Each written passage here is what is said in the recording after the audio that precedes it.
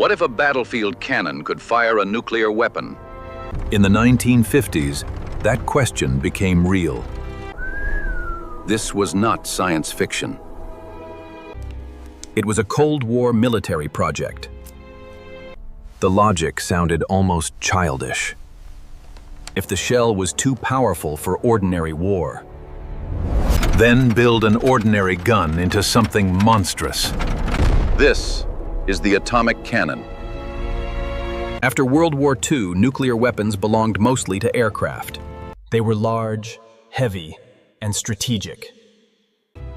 But commanders wanted something smaller. A nuclear weapon for the battlefield itself. That created an engineering problem.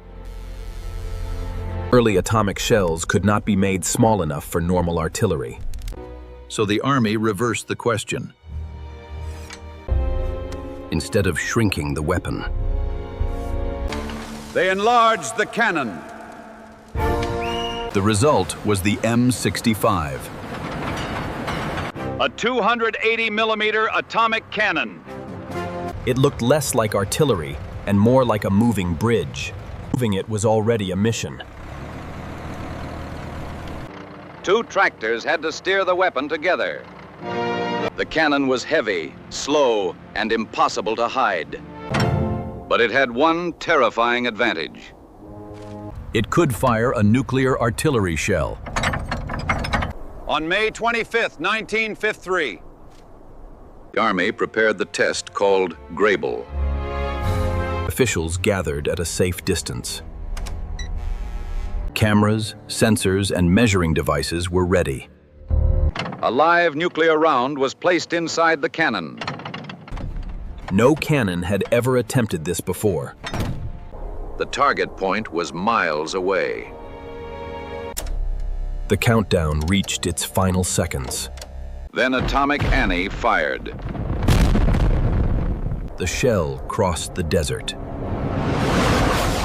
7 miles away, it detonated in the air. The yield was about 15 kilotons. The test worked.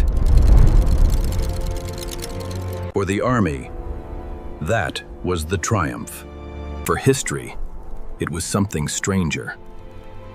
The weapon succeeded just as it was becoming obsolete. Atomic Annie could fire.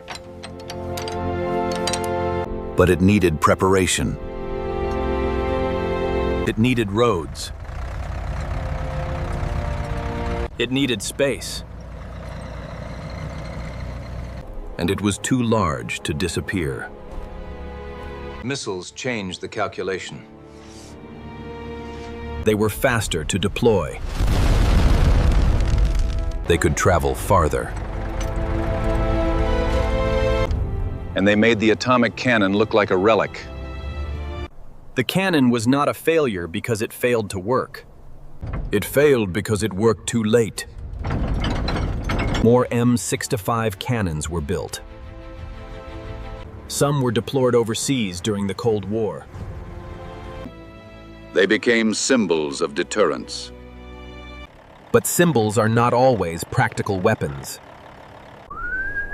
Every movement left a trace. Every road limited where it could go. And technology kept shrinking the nuclear battlefield.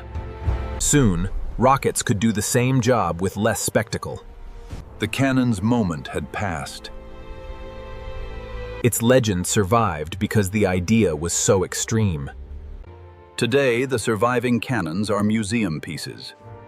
They are reminders of a very specific fear. A time when every military problem seemed to demand a nuclear answer. Even artillery. It fired once in history. And that was enough. Atomic Annie proved the impossible could be engineered. It also proved that some weapons become obsolete the moment they succeed. The battlefield cannon had fired a nuclear shell. And history never needed to see it happen again.